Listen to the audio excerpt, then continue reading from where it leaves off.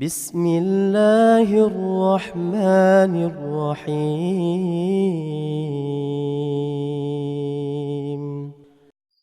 بسم الله الرحمن الرحيم.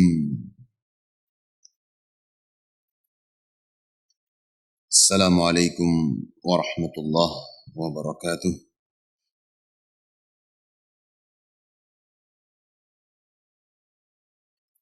الحمد لله والصلاة والسلام على رسول الله وعلى آله وأصحابه ومن تبع هداه.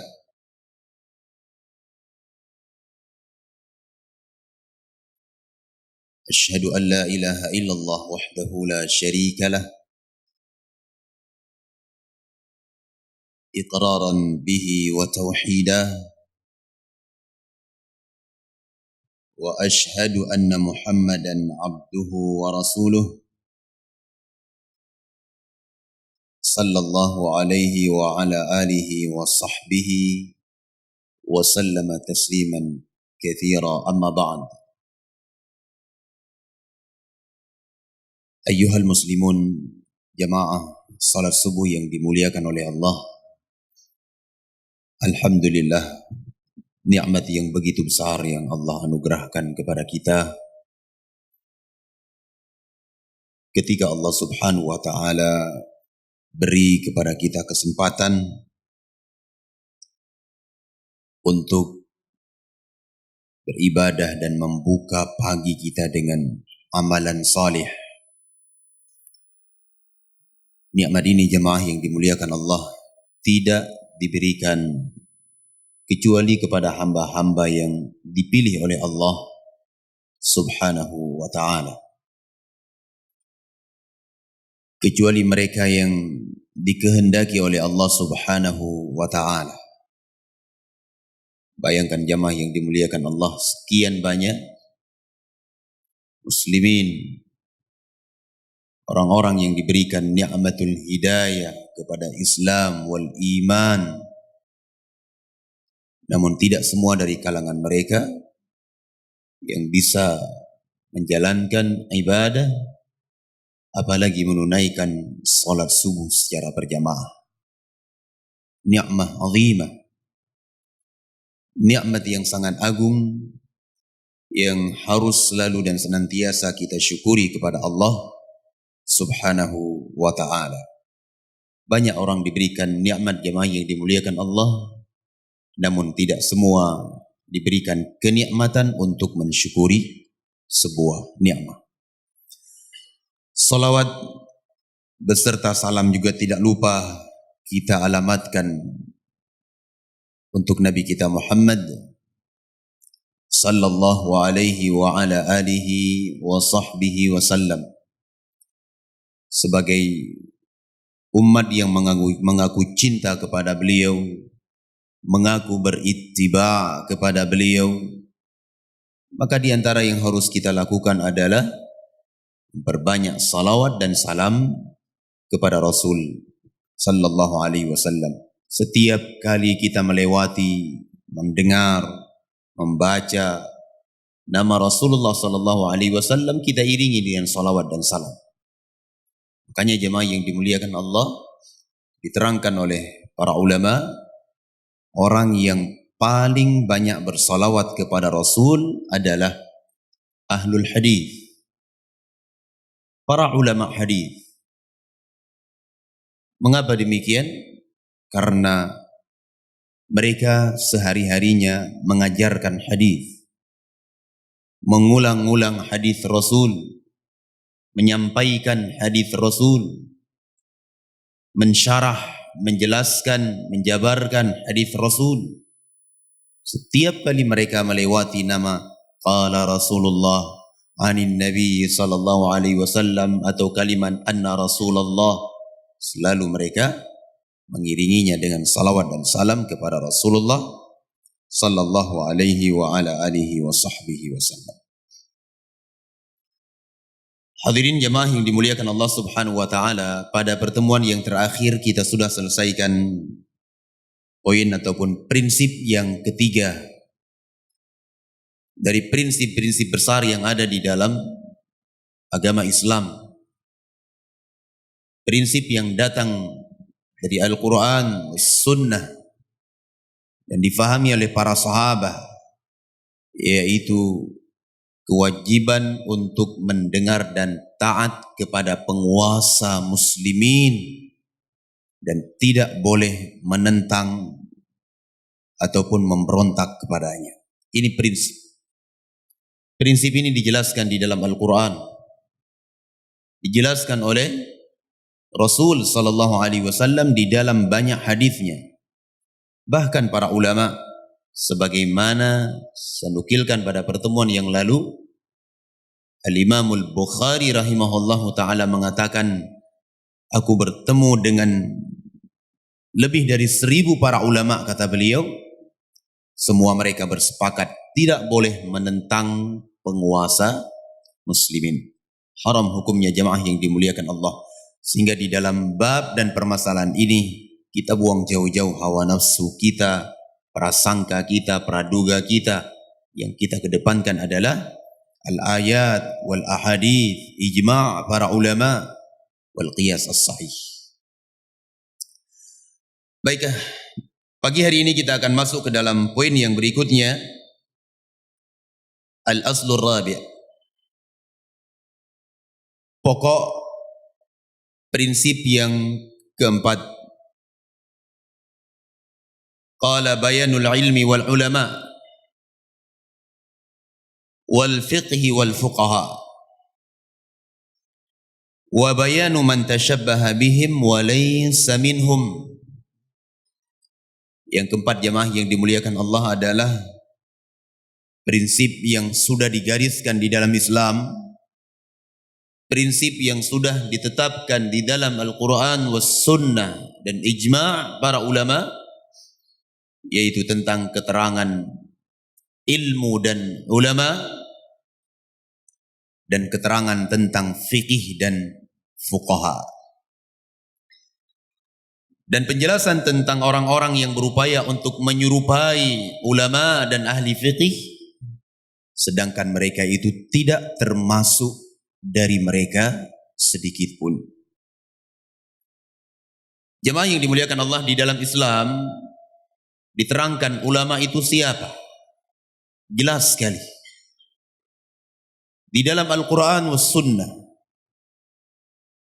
ijma' para ulama diterangkan sejelas-jelasnya tentang apa itu ilmu, siapa itu ulama yang sebenarnya, apa itu fikih, pemahaman yang benar di dalam seseorang memahami Al-Quran was Sunnah, dan siapa ahli fikih tersebut yang perlu dicontohi.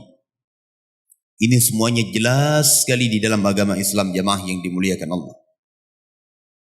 Sehingga ketika ada seseorang yang ia berupaya menyerupai ulama, baik dengan pakaian yang dia pakai dan hal-hal yang lainnya, yang ia menyerupai para ulama, dengan sendirinya akan terbantahkan, diluruskan dengan ayat-ayat Allah Subhanahu wa taala dan hadis-hadis Rasulullah sallallahu alaihi wa ala alihi wa sahbihi wasallam. Jemaah yang saya muliakan, diterangkan oleh para ulama bahwasanya ilmu, yang dimaksud dengan al-ilmu itu adalah ma'rifatul huda bidalili, mengenal petunjuk dengan dalil, bukan mengenal petunjuk dengan prasangka, dengan praduga ataupun anggapan baik dan sebagainya. Namun yang diinginkan, yang dimaksud dengan ilmu adalah mengenal sebuah petunjuk dengan dalil-dalilnya. Al-Imam Syafi'i rahimahullahu ta'ala mengatakan, al-ilmu ma qala Allah wa qala Rasul wa fahima ashabuhu ridwanullah alaihim. Berkata Al-Imam Syafi'i rahimahullah, ilmu itu adalah apa yang datang dari Allah Subhanahu wa ta'ala, Dan apa yang datang dari Rasul sallallahu alaihi wasallam, wa fahima ashabuh, lalu difahami oleh para sahabat. Kenapa harus pemahaman sahabat Nabi? Karena mereka adalah orang yang paling faham tentang Islam setelah wafat Rasulullah sallallahu alaihi wasallam, dan mereka adalah ulama yang sesungguhnya. Iya. Adapun yang dimaksud dengan para ulama, yang diinginkan dan dimaksud oleh para ulama, mereka adalah orang-orang yang benar-benar berada di atas ilmu dan amal. Mereka adalah orang-orang yang menguasai Islam, memahami Islam dengan pemahaman yang benar. Mereka mengerti syariah al-Islam ini dengan sebenar-benarnya, yang nanti akan disebutkan ayat di dalam Al-Quranul Karim menjelaskan tentang siapa para ulama tersebut. Jemaah yang dimuliakan Allah, ini prinsip di dalam Islam. Islam itu jelas. Islam adalah agama yang terang benderang. Berbagai hal dijelaskan di dalamnya. Jangankan urusan menjelaskan tentang siapa ulama, siapa itu para fuqaha, urusan yang paling kecil sekalipun diajarkan di dalam Islam. Diajarkan di dalam Islam. Di dalam permasalahan seseorang ketika buang air kecil, bagaimana dia membersihkannya, dijelaskan oleh Rasul sallallahu alaihi wasallam. Bahkan dikatakan oleh para sahabat ridwanullah alaihim, tidaklah ada seekor burung yang terbang di langit dilihat oleh Rasulullah sallallahu alaihi wasallam dan sahabat ada di sisi beliau, kecuali beliau jelaskan apa faidah dari burung yang melintas tersebut. Semuanya dijelaskan oleh Nabi sallallahu alaihi wasallam, sehingga kita dianjurkan untuk kembali kepada sumber yang benar. Al-Quran was sunnah, ijma' para ulama, kembali kepada sumber yang benar yang telah ditetapkan di dalam syariat kita.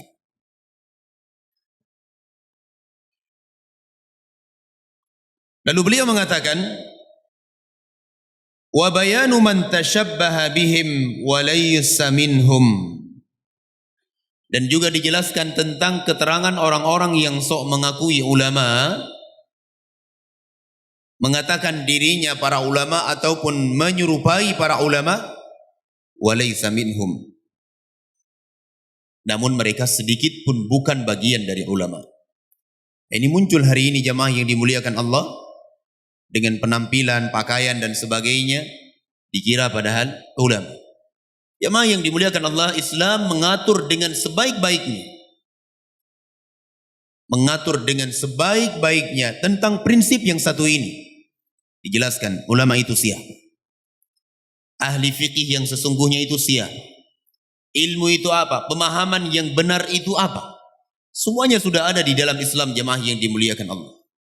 Sehingga ketika ada seseorang yang berupaya untuk menyelewengkan pemahaman, membawa kepada pemahaman yang benar, membawa kepada pemikirannya, membawa kepada pemikiran kelompoknya, itu semuanya akan nampak jelas, pasti akan bertentangan dengan ayat-ayat dan hadis-hadis Rasulullah sallallahu alaihi wa ala alihi wasallam.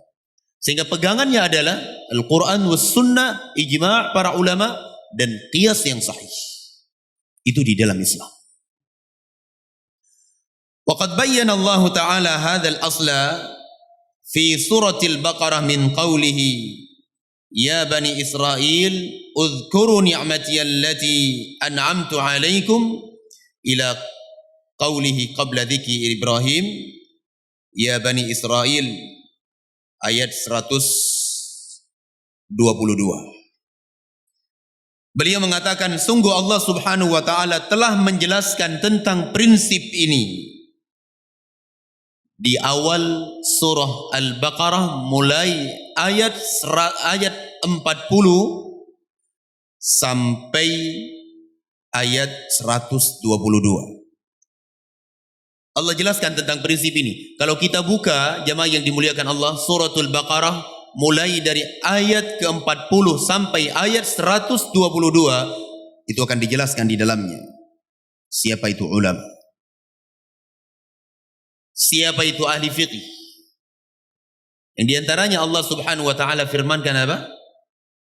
Kata Allah subhanahu wa ta'ala,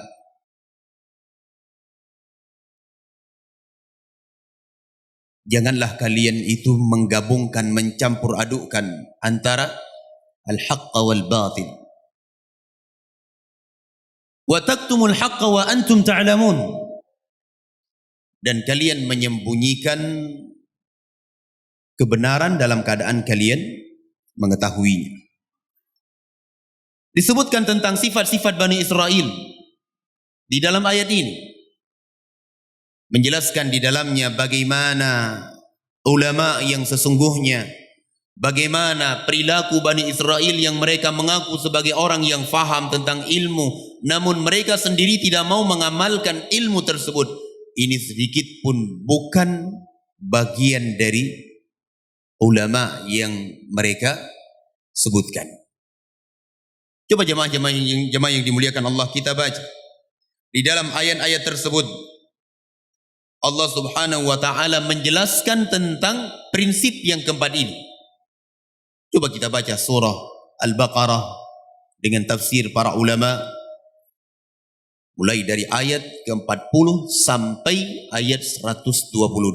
Diterangkan di dalamnya siapa ulama tersebut, siapa ahli fiqih, mana pemahaman yang benar dan mana pemahaman yang melenceng dari Al-Quran dan sunnah Rasulullah sallallahu alaihi wa ala alihi wa sahbihi wasallam. Wa qala wa yaziduhu wuduhan ma sarrahat bihi sunnah fi hadha min al-kalam al-kathir al-bayyin al-wadih lil-'ami al-balid. Dan yang lebih menambah lagi, lebih mengokohkan tentang prinsip yang keempat ini, yaitu apa yang datang di dalam sunnah-sunnah Rasul sallallahu alaihi wa ala alihi wa sahbihi wasallam. Di dalam sunnah Rasulullah sallallahu alaihi wasallam tentang prinsip yang keempat ini, dari ucapan dan hadis Rasul yang jelas, gamblang, bisa difahami oleh orang-orang yang awam sekalipun. Nabi sallallahu alaihi wasallam menjelaskan di dalam banyak hadisnya bahwa yang namanya ulama itu adalah orang-orang yang kokoh di atas Al-Quran was Sunnah. Nabi sallallahu alaihi wasallam menjelaskan bahwasanya ulama itu adalah orang-orang yang selalu dan senantiasa mengembalikan seluruh urusan mereka itu kepada Al-Quran was Sunnah dan para sahabat Nabi ridwanullah alaihim. Jelas dan terang benderang sekali di dalam hadis-hadis Nabi sallallahu alaihi wa ala alihi wa sahbihi wasallam. Lalu beliau mengatakan, "Tsumma sara hadha aqrab al-asya'." Kemudian prinsip yang keempat ini, jemaah yang dimuliakan Allah, menjadi sesuatu yang sangat aneh di kalangan manusia pada hari ini. Padahal sudah jelas diterangkan di dalam Al-Quran dan Sunnah. Ulama itu adalah orang-orang yang kokoh di atas Al-Quran dan Sunnah.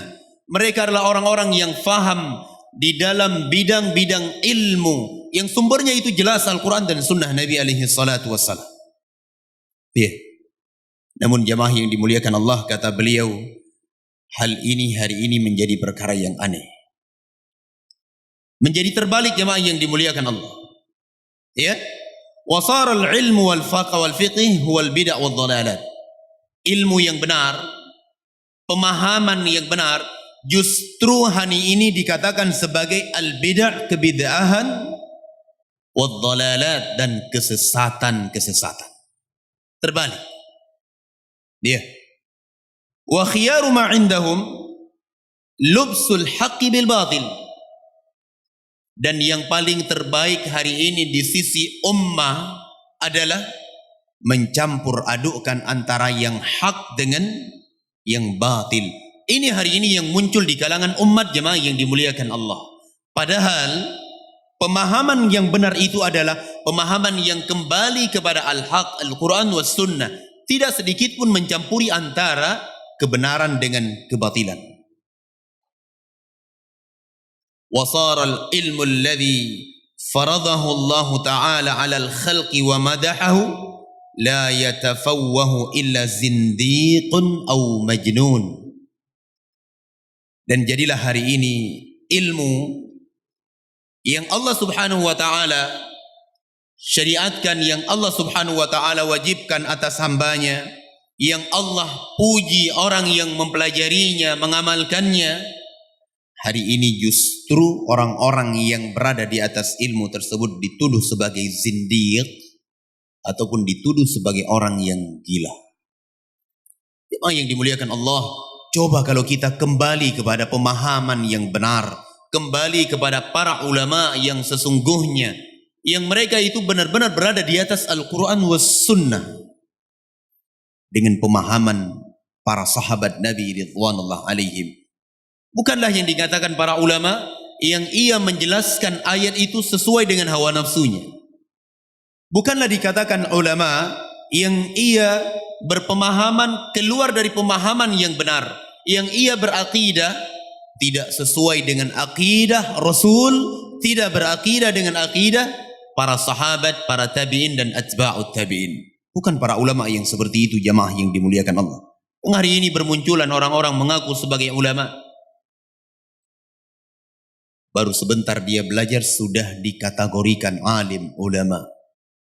Padahal fatwa-fatwanya, penjelasan-penjelasan yang ia jelaskan tersebut keluar dari bimbingan Al-Quran dan Sunnah Rasulullah sallallahu alaihi wa ala alihi wasallam.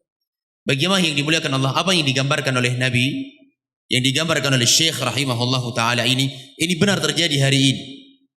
Dan sebagaimana disebutkan oleh Rasulullah sallallahu alaihi wasallam, beliau mengatakan, sayati alaikum, akan datang kepada kalian nantinya ayyamun khadda'at, hari-hari yang penuh dengan tipu daya, kata Rasul sallallahu alaihi wasallam.